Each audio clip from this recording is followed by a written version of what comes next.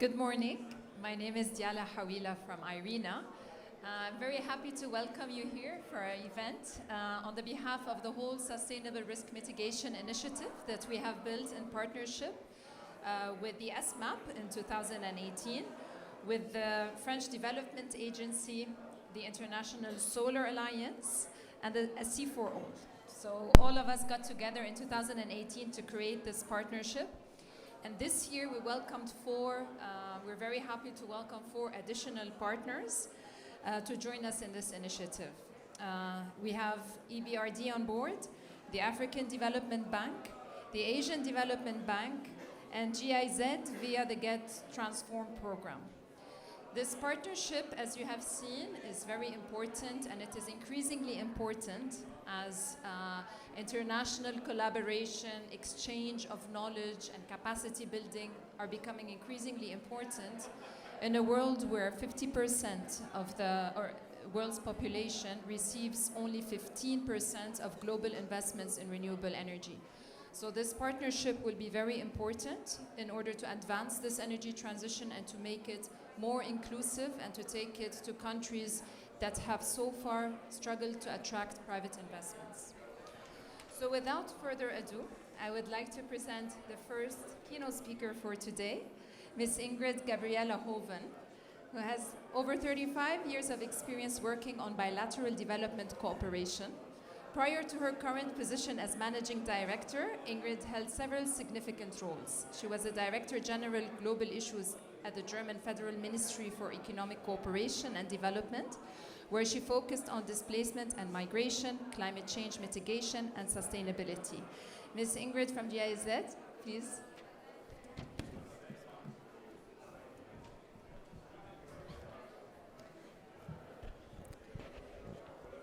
Thank you. Thank you, Diala, for your kind introduction.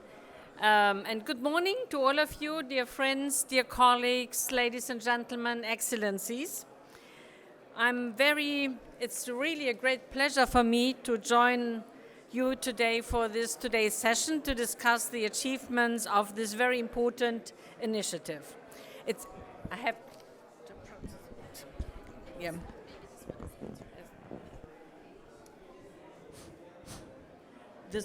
better, right? Perfect, yeah. Wonderful. Today we want to celebrate and acknowledge this wonderful and robust partnership. The Sustainable Renewables Risk Mitigation Initiative, SRMI, objective resonates strongly with our GIZ vision because we know the crucial role clean energy plays in shaping a future worth living. We work for a future where clean energy not only drives the economy, but also strengthens communities, brings equality, and protects our planet. Beyond the initiatives, why, though, it is the how that makes me particularly excited to be here with you today. By using systematic partnerships and integrated solutions to achieve their goals, the SRMI relies on 2 principles we as GIZ fully embrace and share. We know that none of the world's issues can be solved in isolation. Only by linking our capacities, ideas, and knowledge do we have a chance to find effective solutions and deliver them to the required speed. This year's climate conference is as crucial as ever in our joint efforts to pick up that speed. If we want to see universal energy access and net zero emissions become a reality by mid-century, we need to transform our power sectors. Yet, particularly in emerging markets and developing countries, the number of renewable energy projects getting financed and deployed fall significantly short of the required scale. Together, the International Energy Agency and the International Finance Corporation have calculated that meeting the Sustainable Development Goals will require clean energy investments in developing countries to surge from a current annual investment of around 770 billion US dollars to a substantial 2.2 to 2.8 trillion US dollars per year until 2050. If we zoom in on sub-Saharan Africa, one of the focus regions of the SRMI, the total installed capacity of renewable energy is 11 gigawatts, which is far from the 250 gigawatts needed by 2030 to align with the SDGs, according to the EAA's Africa Energy Outlook, which was published last year. Considering that this would mean at least a 10-fold increase in most regions, could easily make this jump appear unachievable. It is a challenging path, that's true, but we should have an understanding by now of what drives renewable energy investments. Investments need security and conducive conditions. The financing cost of renewable energy investment is substantially higher in emerging economies. These higher costs reflect a number of perceived or actual risks. Risks that can be informational, technical, of a regulatory nature, financial risk, and of course administrative risks or administrative red tapes that make a project development more cumbersome and more costly. In that context, the country needs to provide very high return rates to investors to succeed in attracting private investments for renewable energy. This is where SRMI adds crucial value. It supports governments in emerging markets and developing countries to mobilize private capital for clean energy investments through policy and financial de-risking instruments. We need bankable frameworks first if we want to get to bankable projects. SRME approaches the issue comprehensively and has teamed up with partners along the entire value chain of advancing renewables investments. Later on, we will hear from financial institutions on the panel on how to overcome the challenges faced today to promote private capital as the necessary boost for renewable energy deployment worldwide. And next to the founding members of World Bank, the French Development Agency, IRENA, the International Solar Alliance, and SE for All, as you have just said in your introductory remarks, Dalia, we are here today to take stock of SRMI's newest members, which include, among the ones that you've already mentioned, GIZ. And we contribute to this initiative through the Get Transformed program, which is supported, I would like to acknowledge our commissioning partners, the European Union, Germany, Sweden, Norway, the Netherlands, and Austria. And we implement on behalf of them this wonderful program and now become a trusted partner of SRMIs. I think what we can, we really look forward to forge synergies which we can harness with SRMIs colleagues across knowledge sharing, capacity building, and technical assistance. And I'm also pleased to report that the cooperation has hit the ground running and first joint activities are already underway. A joint knowledge product will unpack what makes or breaks successful renewable energy auctions. Such auctions are spreading through Africa with programs announced in more than 30 countries, covering 230 projects and 22 gigawatt of renewable energy. The report on competitive procurement of renewable energy projects will come out earlier next year. True to the pledge of integrated solutions, the findings from the research will also inform a dedicated capacity building program in partnership with SRMI and cater to follow-up technical assistance in the participating countries. I have no doubt that these activities will be further proof that by pooling our knowledge and skills, we can do and achieve so much more. I am thus grateful to the World Bank for providing one such opportunity by hosting the initiative and this event. With the help of all partners represented here today, we stand an excellent chance to unlock bankable regulations and truly drive renewable energy deployment. And a big thanks also go to IRENA, which is one of our actually preferred partner in the field, among many others that I've just mentioned in my brief introductory remarks. Looking forward to the panel discussion, and thank you so much.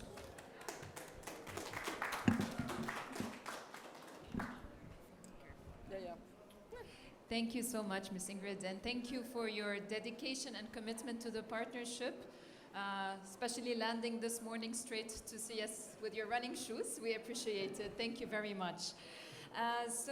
Next, I would like to invite Ibu Maya, Executive Vice President at PLN, the Indonesian state utility, to provide her keynote remarks.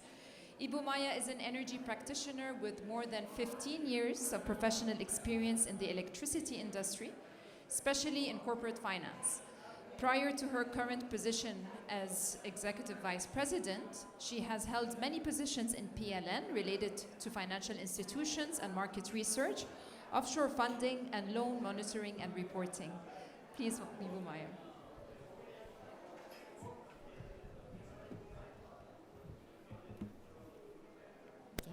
Thank you so much, Ibu Diala. Good morning, ladies and gentlemen. It is my great honor to participate in this session. I strongly believe that partnership is one of the key to reach the net zero emissions. There is global urgency for the climate change. All countries need to commit to the ambitious goals, including Indonesia, where its nationally determined contribution is very important to contribute significantly to the global climate effort.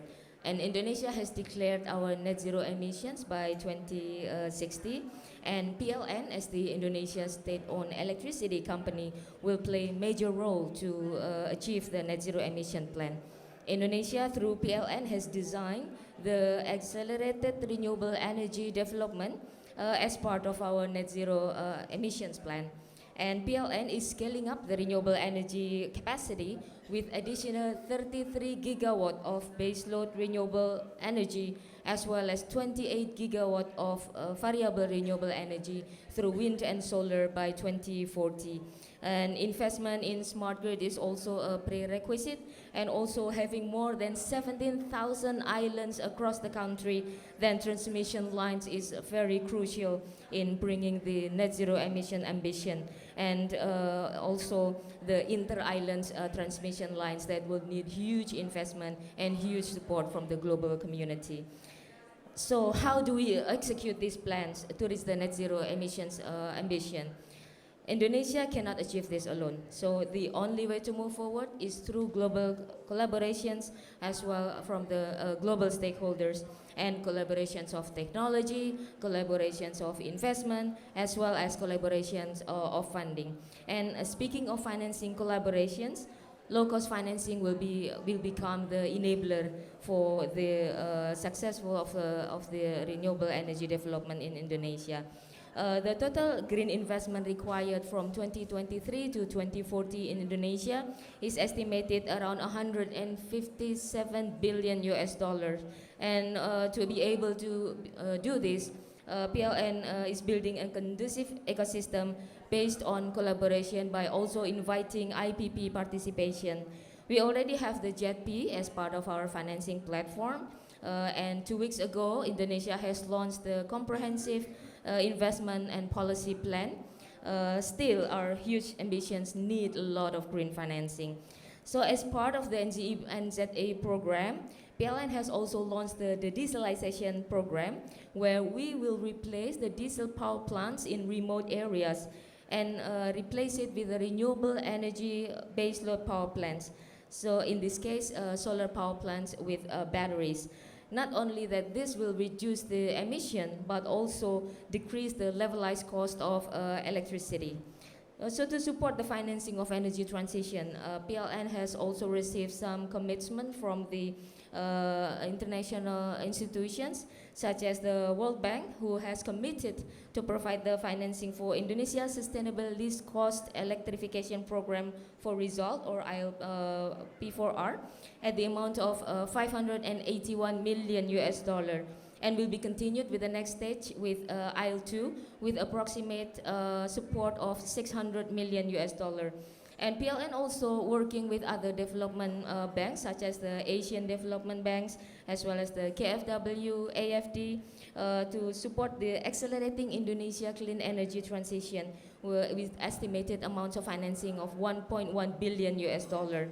And PLN will continue to explore more financing modality, not only from the public finance, but also from the private finance, as well as the blended finance, philanthropy, and other different financing schemes.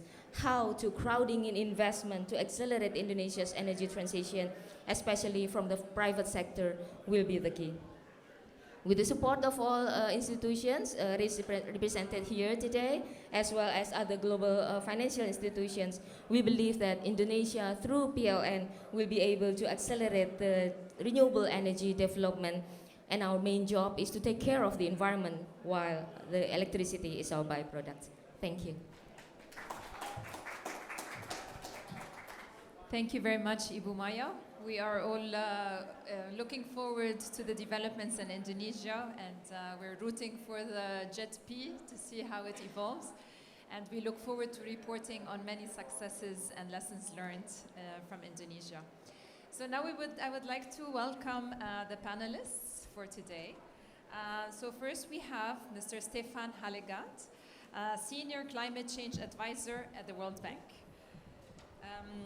He joined the World Bank in 2012 after 10 years of academic research in environmental economics and climate science.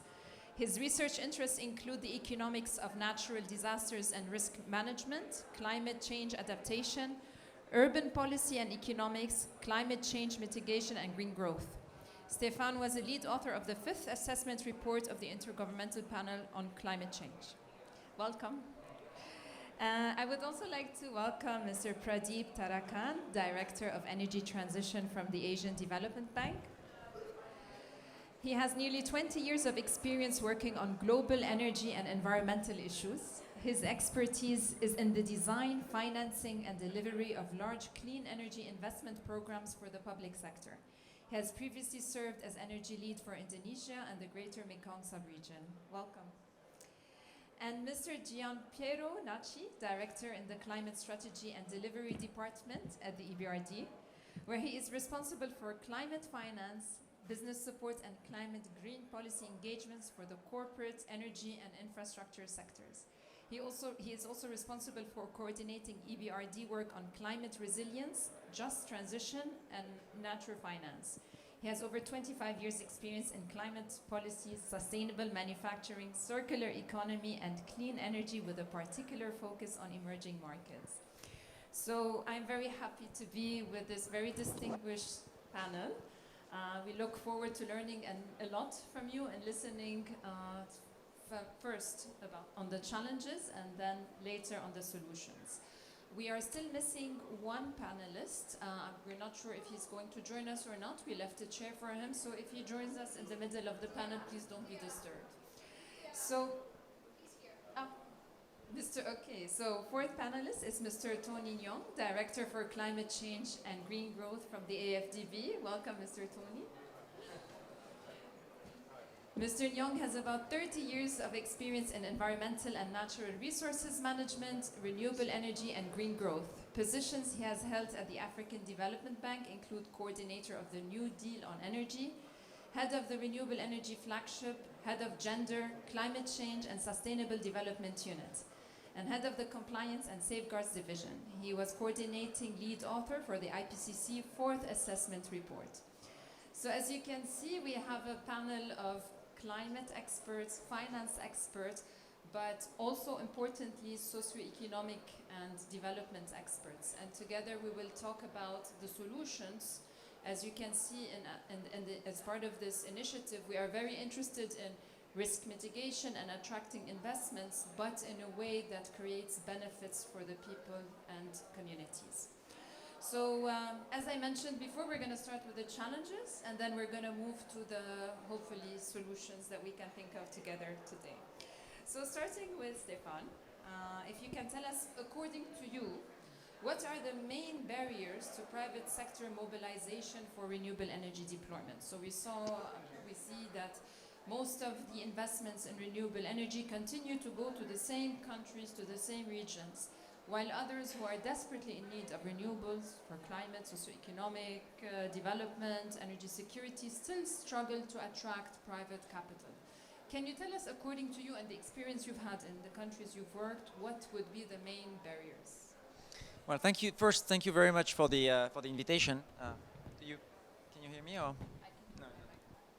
Okay. Flexibility is the rules of the game at COP. No, so I just wanted to start with thanking you for having me here, and say that SRMI is really, where we need to be, right? It's really the very important topic, and I like that you framed it not only as a tool to reduce emissions and help with climate. We need to bring modern energy and electricity to everyone. It's essential for development, it's essential for quality of life. It's also essential for climate change resilience. Without modern energy, it's difficult to cope with climate change. So something that we need to do and that we need to do really fast. So in terms of barriers, and it's good that we start with the depressing parts and finish with the solutions. I can give you my opinion, but I can do better than that, because SRMI is publishing today a report focusing exactly on this topic, and making really the point that there is not one barrier, right? There are a lot of them. And so I'll go briefly through the list, and it's 6, so I need my notes not to forget one. But the paper really starts with the need for a long-term vision. There is a need of a clear direction of travel, need of a plan over the long run, so that all of the ecosystem, from regulators to investors, can get organized around a common vision. And this vision is not there in all countries, or if it's there, it's in a very abstract way and not really translated into a plan in terms of how this is going to be achieved. So that's the first one. Second one, and you won't be surprised, is the lack of regulations, or bad regulations, or very unstable regulations. So you know the rules of the game today, but you don't know what they are going to be in a year or two. This, of course, is a big challenge for people making long-term investments. Third one is the lack of competition and the way we procure renewable energy. We have now a lot of experience, and we know that some solutions are just better and cheaper than others. So making the best procurement solutions the norm is really one of the key things that we have to do. Fourth one is the lack of creditworthiness of utilities. And I think this is one of those cases where it's a problem for renewable, but it's a problem for energy access, right? So I think getting utilities creditworthiness would already go a very, very long way in bringing more generation and especially renewables. Unreliable grid infrastructure. We know that in some countries we have power generation capacities that we cannot fully use because the grid is not there and we cannot accommodate it. That's maybe one place where investments can have those major returns, right? Because you're making a better use of the capital that you have already. And the last one, it's not even in the energy sector, right? It's shallow capital markets, or lack of tools to manage foreign exchange risk, lack of hard currency. Again, this is something, maybe we can help fix that by talking about energy, but if you improve capital markets and you make them more efficient, it's massive development gains for countries. So really something that can go beyond just the energy sector.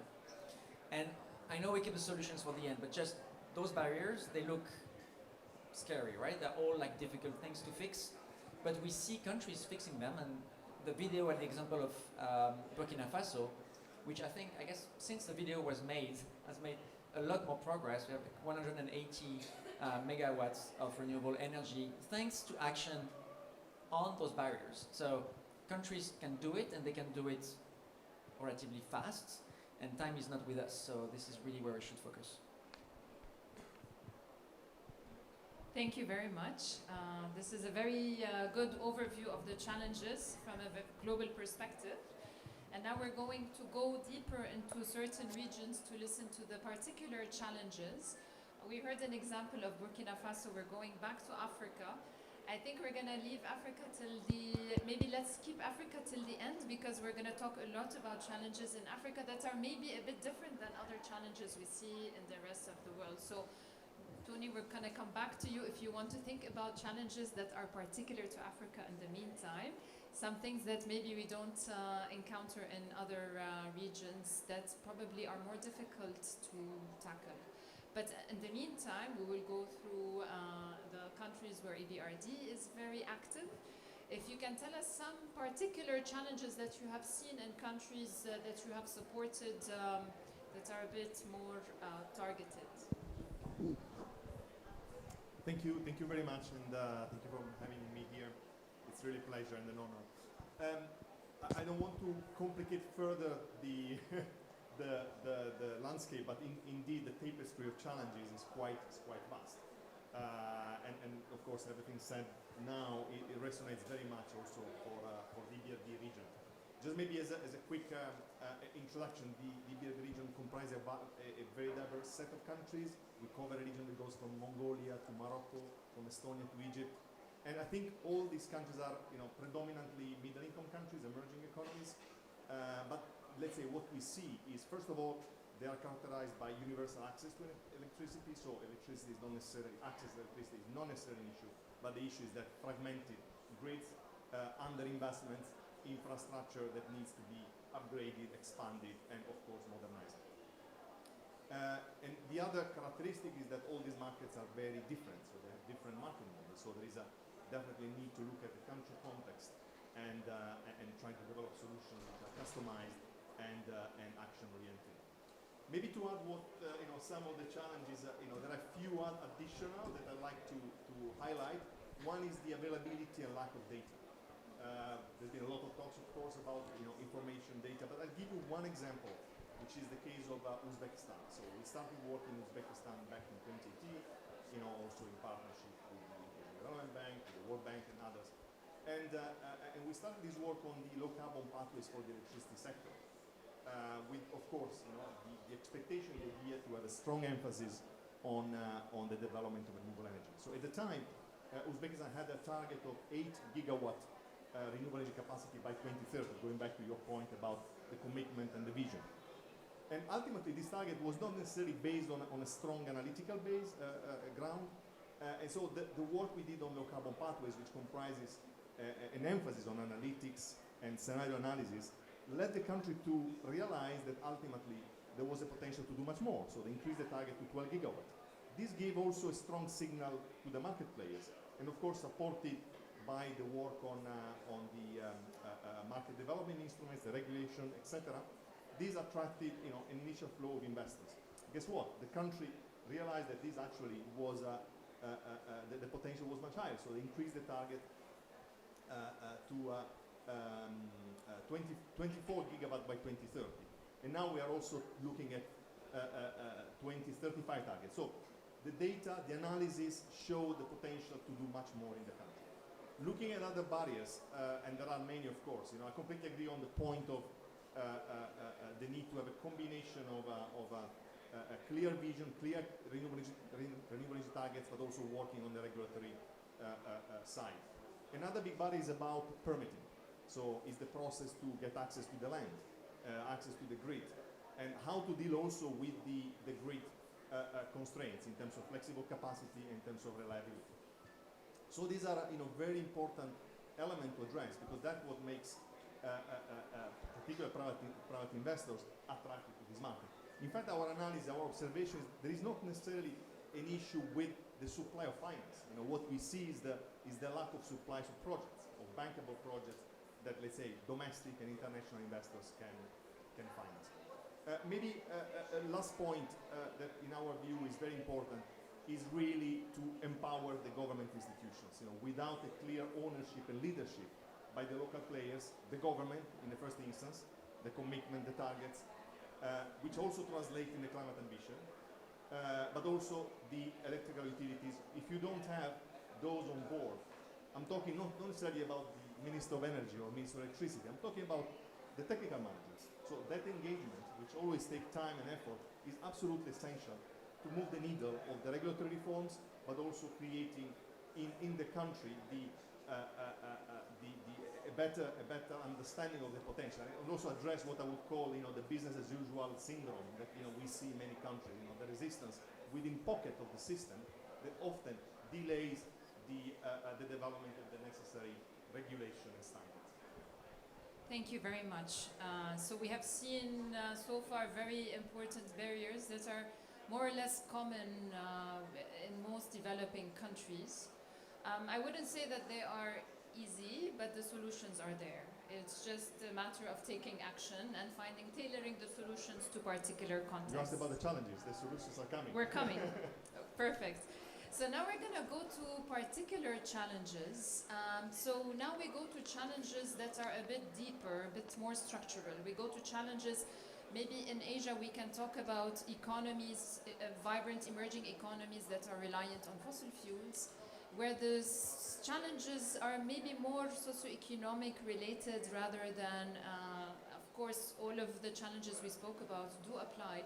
But here maybe the challenges are a bit deeper. If you can tell us about challenges that you face in Asia, mainly with this, what we call ensuring a just transition. So transitioning without disturbing economic growth. Thanks very much, and thanks for having ADB at this event. I think maybe just really quickly, since we are going on a tour around the world, just to reflect what's been said earlier, there are good examples of successes. I'll just briefly tell you an example of Cambodia. This is a small country in Southeast Asia with a peak demand of about 1.3 gigawatts. Very small grid. Was very reliant on coal-fired power plants and hydropower, and these hydropower plants are mostly built on the main Mekong Channel, which has severe environmental issues associated with them. So what we did is in about 2016, 2017, we sat down with the government and we said, to the point about data, we did an analysis of the solar potential of the country and said, look, you've got all this lovely solar resource. Why aren't you putting it to work? And so we heard the same kind of complaints, right? Oh, solar's not viable, it's too expensive, our grid can't handle it, we don't know, and nobody's going to come to Cambodia to invest, and so on and so forth. And then we showed them the examples of the solar parks in India, where you've got a private sector that has a completely de-risked context, where the government provides the land, the government provides the evacuation infrastructure, you have transparent reverse auctions, and we said we can do all of that, and we can also help you with staple financing, both of the public sector in terms of financing the land acquisition and the power evacuation infrastructure, but also on the private side, we can help you. So we worked with them for 3 years, and credit to the government that they were really keen. I mean, one thing about what the private sector loves is policy certainty. So when they see that there is a series of projects coming up down the road, and the government is serious, and it is a dollarized economy, and the PPA is in hard currency, all of that was really attractive. So cut to the chase, long story short, so we did the first auction and we had over 100 firms purchased the bidding forms. This is a small country, and the first, this is a 100 megawatt solar park divided into two portions, two phases, 60 and 40, and 22 bidders. And they were all international giants. And we ultimately ended up with a price of 3.8 cents a kilowatt hour, when most countries in the region were signing PPAs of 7 to 8 cents a kilowatt hour. So it just blew the mind of the government and the people in the region, because this showed that even in a country that wasn't investment grade, the whole world came to bid on a project because they saw policy certainty, they saw all the parameters for a good auction, and they saw a long road ahead in terms of future business.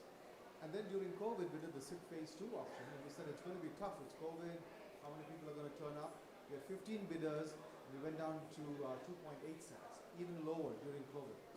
And this is a smaller project, it was 40 megawatts.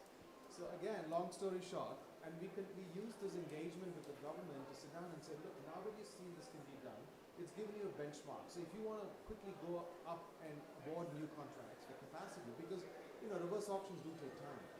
That's okay, but you've got a benchmark price now. So you can use that to now quickly issue contracts to scale capacity. Every now and then do a reverse auction to calibrate, right? And we said, can we now help you with a 20-year power development plan where we fully reflect the potential of renewables, energy storage, and so on. So then we built a 20-year power development plan, and now the country's essentially announced a 2 gigawatt program. Remember, this was a country of 1.3 gigawatts of peak demand in 2017. So that's what, if you've got a structured approach and a government that is fully committed, the market will respond very much. I haven't answered the question on just transition, but happy to take that. We've just started to see some early work. We're working in Indonesia under the JETP program.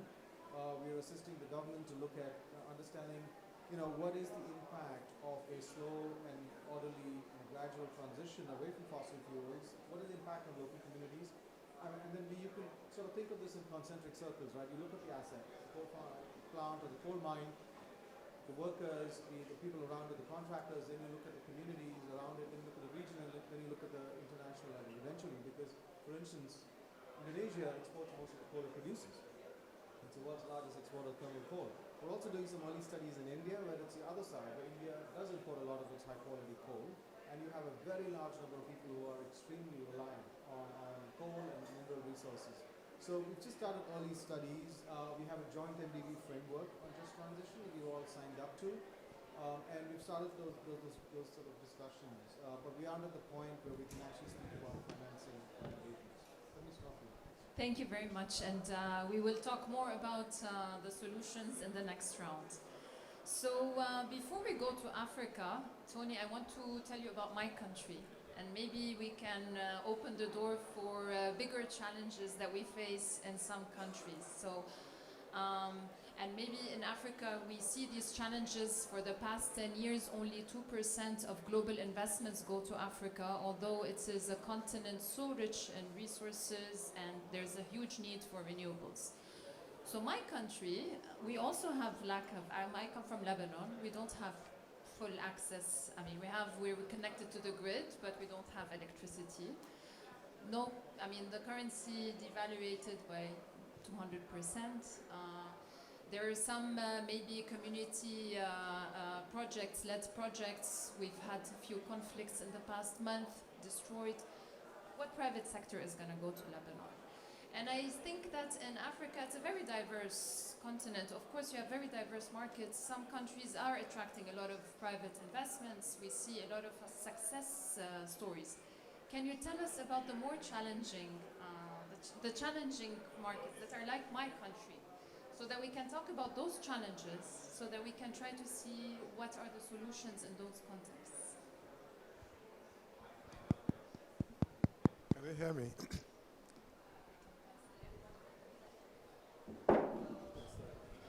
Yeah, thank you very much for the invitation to be here. Electricity or energy generally is a major challenge for us on the continent, and we do everything possible to try to see how we can bridge that gap. Most of those who don't have access to electricity in the world are in my continent, in Africa. And it's amazing because we have abundant solar, wind, geothermal, hydro, name them, in abundance. I think part of the challenge we have is, first of all, the narrative we present. When you talk about Africa, everybody sees the doom, the gloom, even here in climate change. Open any book, talks about Africa. It starts with the 98% vulnerability, the 9 out of 10 people that don't have access. Everybody's dying, things are happening. This is not the language the private sector wants to hear. And we continue to propagate that very wrong narrative of the African continent. We have opportunities, and those are the opportunities that I think we should be looking at. The private sector goes away the opportunities that Uganda has about 94-95% renewables. The same thing with Kenya.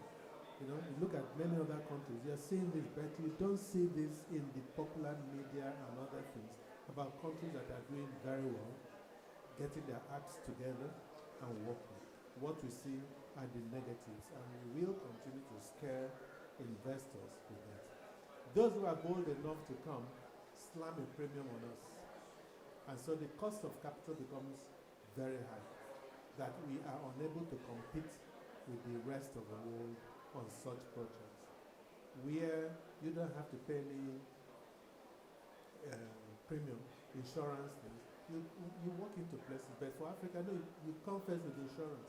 You want to ensure that in the first 3 months or 4, you've recovered your money just in case anything happens. So Islam, you're getting at 2%, sorry, 2.5 cents, 3 cents. You don't have that in Africa. You can't. Because the guys coming in already have put a premium on their risk and on their money. Despite the fact that we at the African Development Bank, we've put up a lot of risk guarantees. We have a $2 billion risk guarantee facility. It says if we default, if anybody defaults, take. But please come in and invest in the company. The internal rates of returns are very high, very good.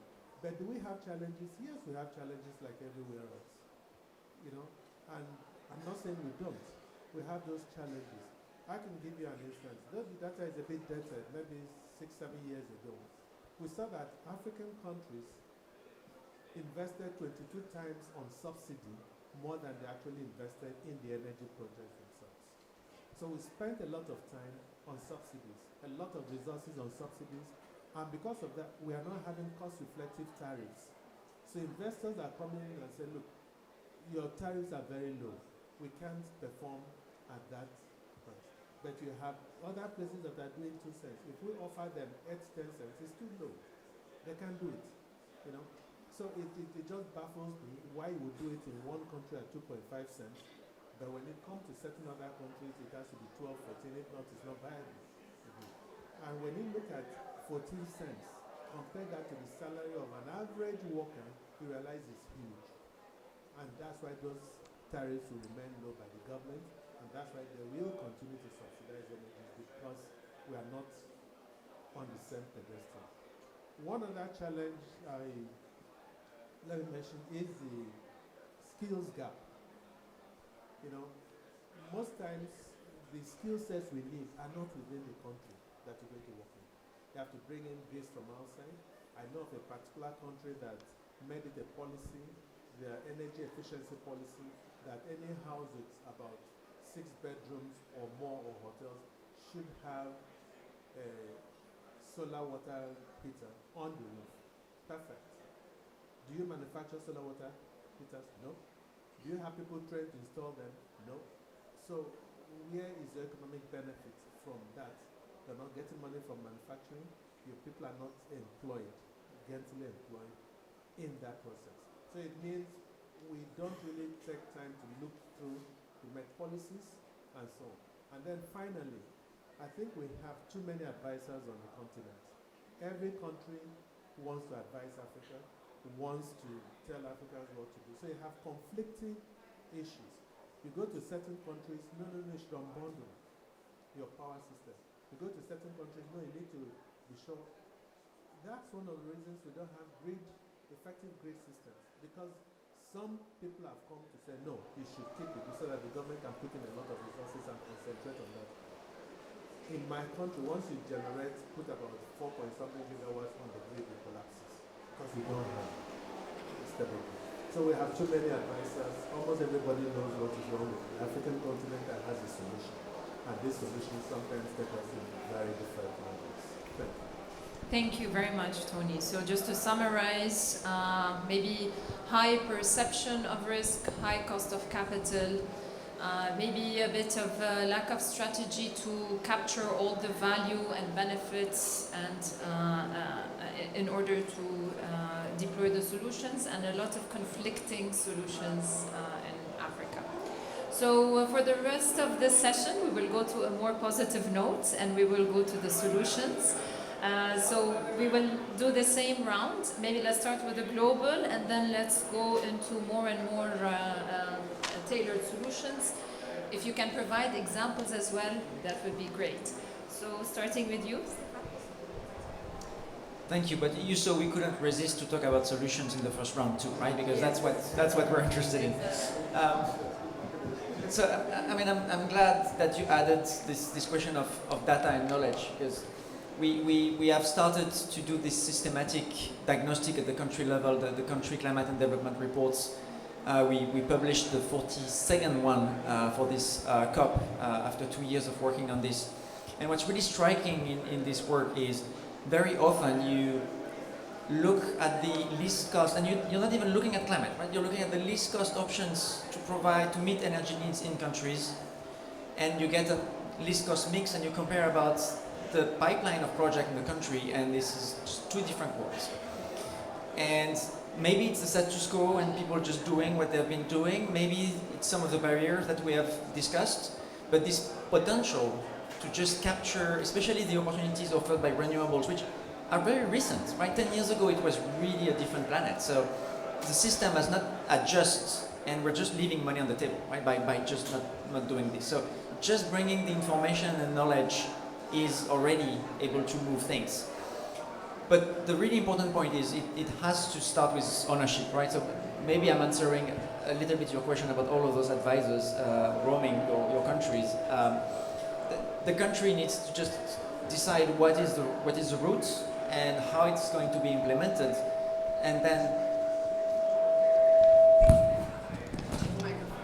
so the second microphone decided to start working now. So it cannot be, and that's something that we have said quite a lot with our CCBRs. Still there? Yeah. Like those diagnostics are World Bank Group documents. They are not country plans, so they are not to be implemented, right? The step to move from the diagnostics to the actual plans should be country-owned and country-led. And that takes time, and that's a little bit the challenge, is time to fix all of those barriers we might not have because we have pressing energy needs. But the point which I think is really important is, especially when we think about concessional resources and concessional finance, is it should not be used to overcome those barriers for one project. Because we just don't have enough concessional resources to overcome those barriers for all of the projects we need. So we should use these concessional resources to just remove those barriers. And when we do a project, the question is, okay, when the project is completed, is life a little bit easier for the next person coming to do a project? Did I remove some of those barriers because by doing my project, I also get a change in the regulations? Or maybe I make a demonstration case like your 3 cents per kilowatt hour in Cambodia. I think this is really important that we target our use of resources very carefully to get rid of those barriers, not to overcome them for a given project. To do that, I mean, partnership is really critical, right? And I think it's great that we have like this event here because you see like everybody's trying to push in the same direction. I understand the need for partnership exactly for the point that you made on all of those advisors, right? If everybody comes with a different solutions, nothing is going to happen. And those partnerships are places where we can confront opinions and so on and maybe avoid a little bit of the noise that's really playing against us. Because we cannot remove all of those barriers, we will still need some risk management for the risks we cannot remove. And that can also be very efficient. So you want an example in Ethiopia, for instance, where just with like 20 million in concessional resources, you get 700 megawatts of power just because you have used your 20 millions to remove some of the key risks that were really worrying private investors. You mentioned the case of Uzbekistan, which I think is another case where we had partnerships. I hope in that case we avoided the different voices, but arrived with a very consistent set of solutions. And when you have that, and when it covers all of those barriers, you see the results very, very quickly, even where people might not have believed it was that easy, right? So I think combining the different tools, the toolbox we have for those different barriers, arriving with a partnership, but always country-led and not like imposed from the outside, I think we can go much, much faster than people imagine on this. And we have the first countries where we see radical change that nobody imagined. Now the key point is, okay, how do we make that happen just in every country in the world and in the next 5 to 10 years? So that's what SRMA is about, right? So that's what you will fix.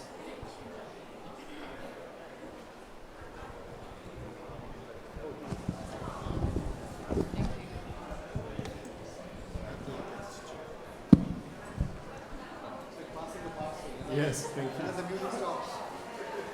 So, solutions, finally. Now, I would say this work, grassroots work on the regulation and the standards, is absolutely critical. At EBRD, again, I'm not here to market EBRD necessarily, but just to give a sense of the scale, right?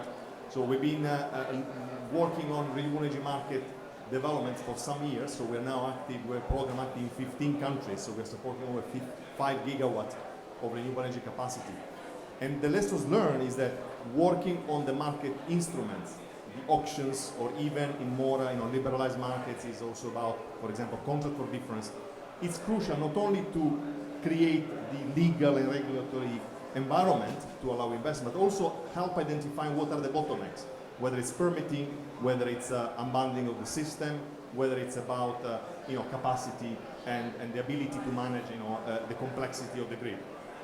So this work is absolutely essential. It's critical to unlock, to understand the potential to understand the risks and the challenges, and then translate these into specific actions. And the results are there, are evident. We've been just looking at 2023, first wind onshore auctions in Albania, 220 megawatt. In Uzbekistan, very, very successful auction, wind, $4.09 per kilowatt hour, very innovative, combining wind and battery storage. So you can also often come with innovative solutions and leapfrog, if you like, the stages of development. So all this grassroots work on capacity, policy, regulation, and understanding the whole spectrum of the bottlenecks and the entry points is absolutely critical to create the ground for scaling up the market. But I think going back also to what Pradeep was mentioning, this also offers, combined with the vision, the ambition, the commitment, this offers the ground for coming up with more structured approaches. And that's, I think, the next phase of what, as MDBs, we are trying to do, is to facilitate the creation of more integrated investment platforms. I'll give you one example that we launched just a few days ago. Is a just energy transition investment platform for North Macedonia.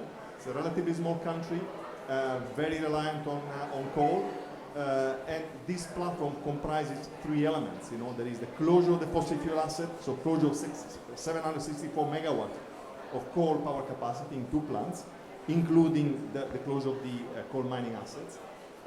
It's about the just transition component. You asked about just transition. We're talking about 5,000 workers affected and their families in specific regions. So how we deal with it?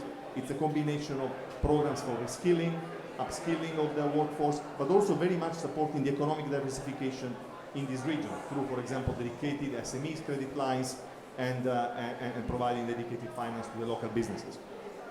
There is a component of grid strengthening, grid upgrade, grid expansion, which is critical. And then there is a 1.7 gigawatt program for renewable energy to compensate the closure of the fossil fuel assets and support the decarbonization of the economy. So all of this together is a $3 billion, euro actually, program. And this provides also the platform to attract not only the investors, but also the concession instruments. So this program is possible only because, for example, we are in the process to access the Clean Investment Fund money to support the just transition component, but also part of the economic diversification. So we are looking at other co-financiers, in particular the European Union, to support the non-revenue generating investments, particularly in the grid. And we are really much looking at these market-based instruments to attract the private investors. And in fact, we're now working not only on the auctions scheme for the country, but also on the private-to-private contractual arrangement that actually Pradeep talked about, which are really also helping to attract industrial investments in the country.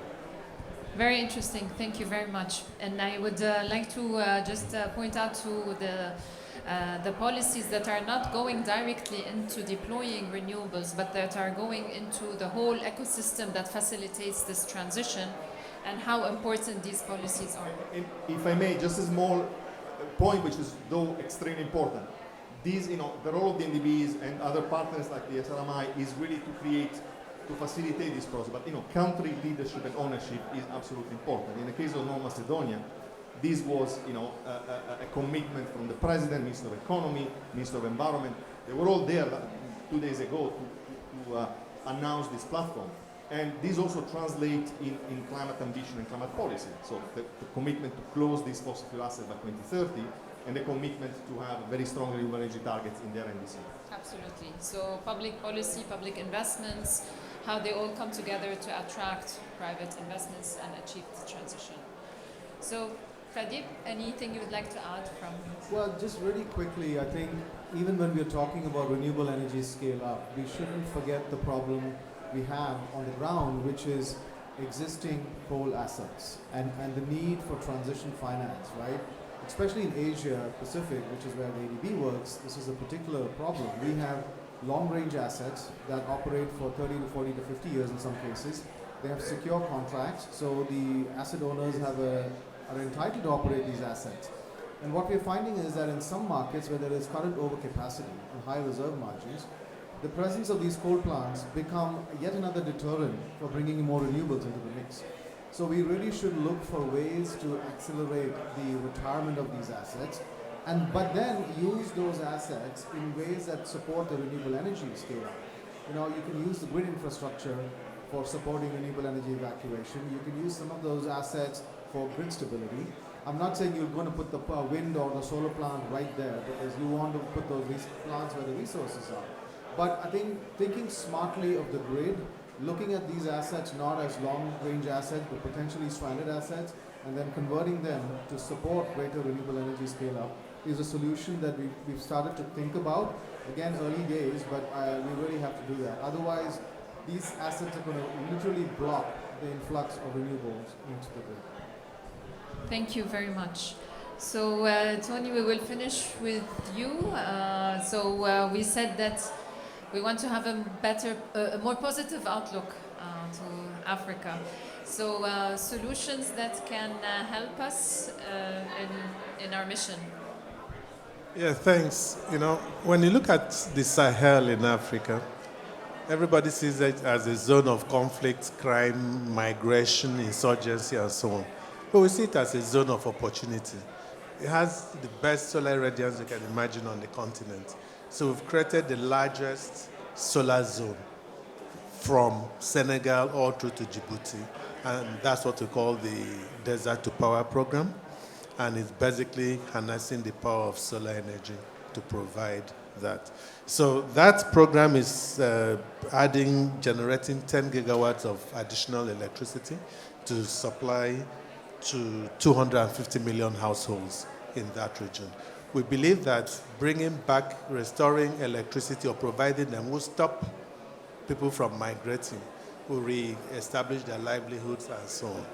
And then there are several countries that have called us to see how we can work with them on policies. And we're doing that. We're helping several countries develop their cost-reflective tariff systems. And we've established what we call the Africa Energy Regulatory Index, because we have issues with our regulators. You know, many of them don't have the capacity, institutional and individual, to run those systems. And the Africa Regulatory Energy Index basically is a ranking. It ranks countries based on efficiency and several other criteria. And we are seeing many countries say, look, we want to be a part of this. I want to see how we can improve on what we're doing. We've created the Africa Energy Marketplace, largely for renewable energy, where we bring renewable energy projects and programs basically to sell. We develop this, and we really don't want to invest in all of them. We put in some seed money and then get the private sector to come in. So there's a lot that is going on in the energy space, renewable energy space in Africa. One quick thing is that unlike most regions, we don't have the challenge of having to decommission coal power plants, except maybe South Africa, Morocco, and so on. We don't have that problem. So ours is right investment. How can we bring people to invest? Yet many of our countries are fossil-based, maybe gas, depending on petrol. That will take a while, because for us at the African Development Bank and for the rest of the continent, we see gas as an intermediate fuel. We will use it until we begin to solve the intermittency and all that come with renewable energy technologies, until we find it affordable at scale to drive our industries. We will continue to use gas and taper that. as long as it fits into the long-term strategies of African countries, that it shows how they will peak at a point and then begin to come down, as agreed in the Paris Agreement. That's what we've chosen to support African countries do. We finance gas, but we let you know that there is a trajectory that you need to get to and discontinue with that gas for that period. Thanks. Thank you, Tony. Just one follow-up question. So the solutions you are speaking about sound very interesting. Just according to you, just a ballpark figure, what is the percentage that will come from public investments, and what is the percentage from private investments? It varies. Most countries, and still many African countries, are still not ready for the private sector, because when you try to remove fuel subsidy, the country burns. There's an upheaval. People could lose. My president came in, the first thing he did was, I'm taking off fuel subsidy. And we've not seen the end of it yet. You know, why was he doing that? Because it's the right thing to do, to attract private investors and so on. Allow the markets to run the energy things. So we see for now, I think maybe 70–80% of the energy is still run by the public, by the government, and so on. I'm hoping that we will have a reverse of that as more and more countries begin to deal with the enabling environment, either the policies, the price tariffs, and every other thing that comes with it. Let me also mention the issues of insecurity. We hear of all the upheavals in many African countries. The private sector will not come into that. So as we begin to deal with those insecurity issues, then we'll come in. But we're hoping that by and large, very soon, that the private sector should be the main driver in terms of investments in energy.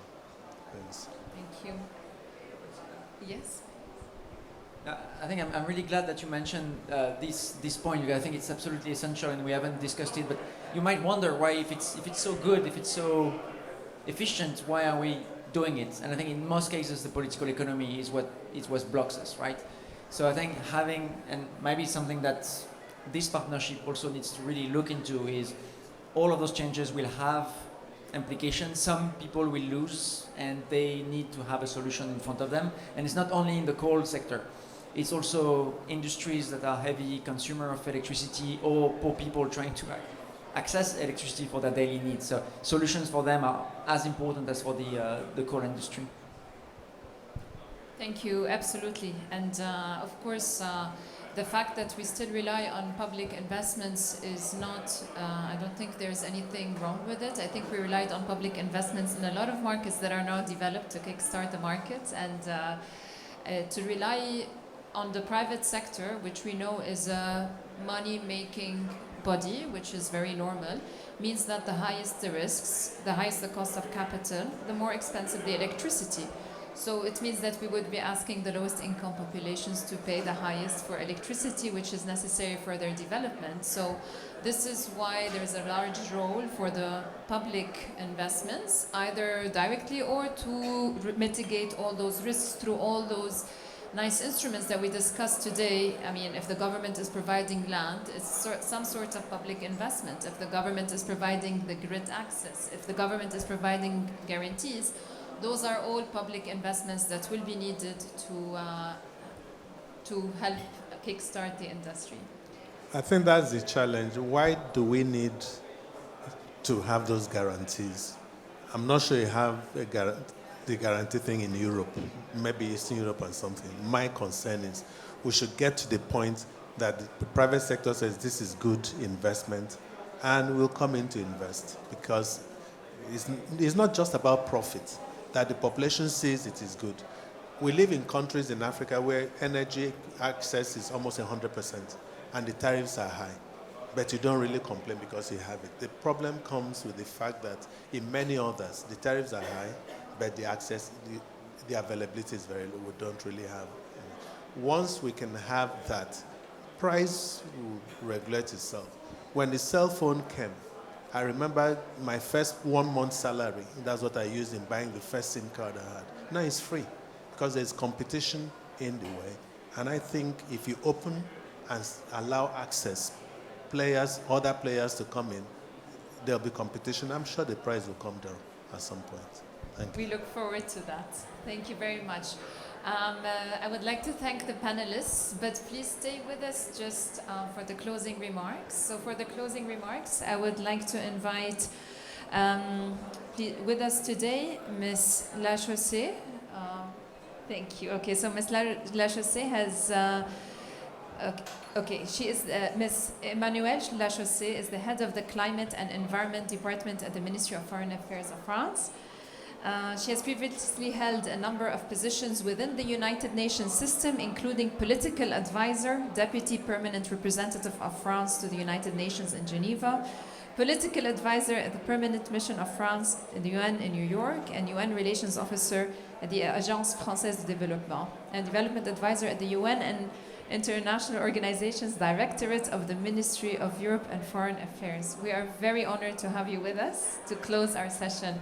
Thank you very much for joining us. Shall I take this one? Well, thank you very much. This is a good opportunity for me to close this major event on innovation cooperation to scale up energy transition. Thank you very much to the World Bank for organizing the event and to all the participants for bringing reflections and concrete examples on how to enhance this initiative strongly supported by France. The Sustainable Renewables Risk Mitigation Initiative, SRMI, was launched 5 years ago with the ambition to bring together different stakeholders from the development architecture. And we can see that we have achieved a lot since then. So we wanted to gather the multilateral development banks like the World Bank, the bilateral agencies like the French Development Agency, IRENA, the International Solar Alliance, and Sustainable Energy for All. And the key feature of this initiative from the beginning was cooperation for greater impact. And we are grateful to witness today that new partners have joined us. The Asian Development Bank, the European Bank for Reconstruction and Development, the African Development Bank, the Deutsche Gesellschaft für internationale Zusammenarbeit. Having these major development banks joining in 2023 is also a testimony of the ongoing process to deeply transform the operating model of development banks, to make them bigger, better, and more efficient, so that they can address global challenges like the energy transition. France is very active in this process. We have organized the Summit for a New Financing Pact last June, which resulted in the adoption of the 4P, the Paris Pact for People and the Planet, now supported by 42 countries. The key messages of this pact is clear. No country should have to choose between fighting poverty and fighting for the planet. SRMI contributes to this with climate and development agenda with the objective of achieving universal energy access by 2030 and advancing decarbonization. It is also an innovative model that can inform current reflections on how to make actions of development banks bigger, better, and more efficient. On delivering bigger amounts, SRMI has managed to mobilize $8.6 billion in 2022. It shows that when result-oriented, the energy transition can benefit from large amounts of financial volumes. On doing better, SRMI is a flexible tool that provides tailor-made solutions to 100 beneficiary countries. Its work is made up in all these countries on the basis of locally established transition scenario and international commitments from developing countries' governments. SRMI is driven by the idea to support them in having their own path toward tackling the climate change issue and implementing the Paris Agreement. This process goes together with large knowledge sharing and technical assistance programs, bringing even more local involvement in planning and implementing the transition. On being more efficient, the third pillar, SRMI is fully involved in the process of mobilizing at scale for climate finance through its target of gathering $17 billion of private investment in developing countries. The innovative schemes used guarantees local currency financing, equity, are the exact remedy necessary to unlock the privacy money climate experts and economists are calling on. To conclude, these preliminary achievements are very encouraging and must be pursued with the support of new partners. Lessons can be also learned from this initiative and replicated in other development and climate finance innovative partnerships. All these efforts are necessary and need to be increased and commonly supported as we remain far from the financing needs, expressed in trillions to achieve the energy transition in developing countries. Cooperation, innovation, and country ownership were the reasons of our support at the outset of this initiative. These features need to be strengthened even further for greater impact and to eventually reach a net zero world. I thank you.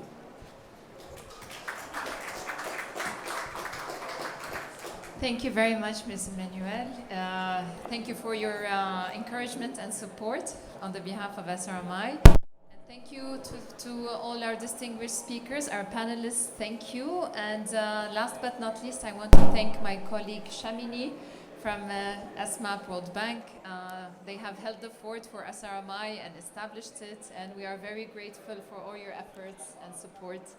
Thank you for keeping this partnership kicking, and thank you very much, panelists. Last but not least, this is the report that is launched by the SRMI. Would you like to say anything about it? I guess I'm in the way of the QR code, right? No, so just if you want more details and maybe a better description of all of these barriers, this is really out of the oven, like maybe 20 minutes ago. So thanks to the team for making it on time. I know some weekends and very late hours were spent on this, so please have a look. Thank you. Thank you. Could I get all our speakers together for sort of a group photo? Thank you.